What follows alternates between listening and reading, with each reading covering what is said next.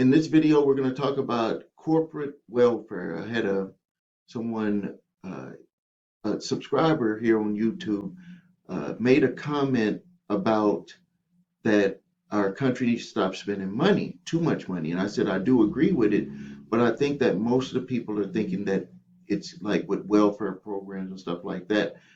Yeah, there could be fraud within there, but let me show you. Let's just compare with what we see here. Not to say that everything shouldn't be cleaned up because it's all of our money that is being put into the system, but let's just look at and compare an individual who might be getting like $300 or $400 on welfare to a company who is getting corporate welfare. And you can go and look at this. This is my data. Um, this is the resource I use, Subsidy Tracker. These are companies that are getting subsidized. These are billions of dollars. And you might be thinking, well, they're selling something to the government to get this. No, they are not. When you're getting subsidized, that means that they're going to give you the money regardless. So just to be clear, when you're getting subsidized, they just like they say welfare, you're going to get the money regardless. Subsidized is just another name for welfare. They're getting the money regardless. So look at this: Boeing, 15 billion; Amazon, with all the money that Amazon is making, they're getting $11 billion of our taxpayer money. Intel, 8 billion; Ford, 7, um, General Motors, 6 billion. These are in the billions. Micron Technology, 6 billion. Alcoa, 5 billion. Foxconn, who pulled a big con here in Wisconsin, $4.8 billion. They don't even have a place open anymore over there. NRG, 3 billion. Look at all this. Tesla, with all the money that Elon Musk claimed to be having, which he does have a lot of money, but why does he need our $2.8 billion? Don't he have his own money?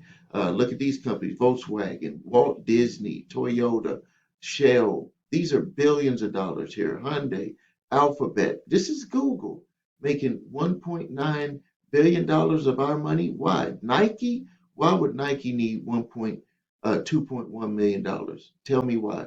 Berkshire Hathaway with Warren Buffett. Why do you need 1.8 billion of our money? Comcast. Why do you need 1.7 billion of our money? Paramount. Look at all of these companies here. You can go and you can look and research it. Look at Facebook, 1.2 billion. What do you need our money for if you're making all of this money? You're successful companies. Are these companies being propped up solely by the money that they're getting from the federal government? Look at these companies. Bank of America. Look at these. Coke Industries. The Koch brothers, they're talking about they're making all of that money. Wells Fargo, FedEx. So you can go and download this list. There's more companies on here, but this is a list here. Now, you want to really get steam, let's go over here and look at the bailouts. I've made a video on this before. In the 2008 bailout, Wells Fargo, 25 billion. State Street, 2 billion. Is that? Yeah, $2 billion. Bank of America, 15 billion. JP Morgan Chase, 25 billion. Citigroup, 25 billion. Morgan Stanley, 10 billion.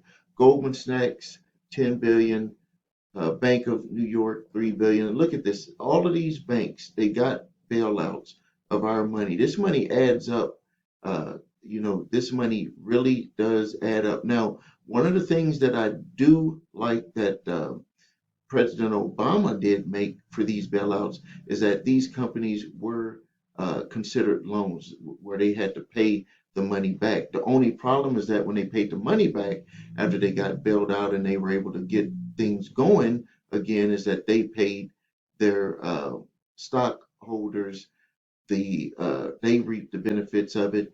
The federal government just got the money back, and the taxpayers of the United States, yeah, we didn't end up losing that money, but that money ended up just getting paid back into the treasury, and they were able to reap the rewards off of getting the bailout, which they should have had to pay an additional amount because us United States citizens with our tax money helped bail them out. So right now we're at $33 trillion in debt.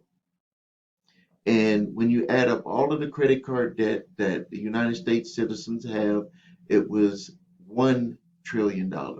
So you can see that this money that's really being spent with a hidden money is going to be in defense spending, which not to say that we don't need to have our defense well financed and so we can protect our country. But there's certain money that has been publicized that it does not need to be spent. Also, I get this report from my state representative, I mean, my federal Congress representative. And lately, I haven't gotten it, but I know when Paul Ryan was in Congress, he used to send this update to me direct, you know, not directly, but to all of the people who had voted, and it would show that all of the government expenditures. And something that I had noticed is that every year it had to go up. If it did not go up and remain flat, that they had a rule that they would actually uh, give them less money the next year. I don't know why they have that rule in there. So actually, the way that our country has been built, and these were decisions that were made long before all of us were born, is that if a department in the government says that we're just going to keep our budget the same. We're not going to ask for any more money. That the next budget cycle, they would actually rescind the amount of money that they're getting. I don't know why it's that way. It was just written that way. Please post your comments on this.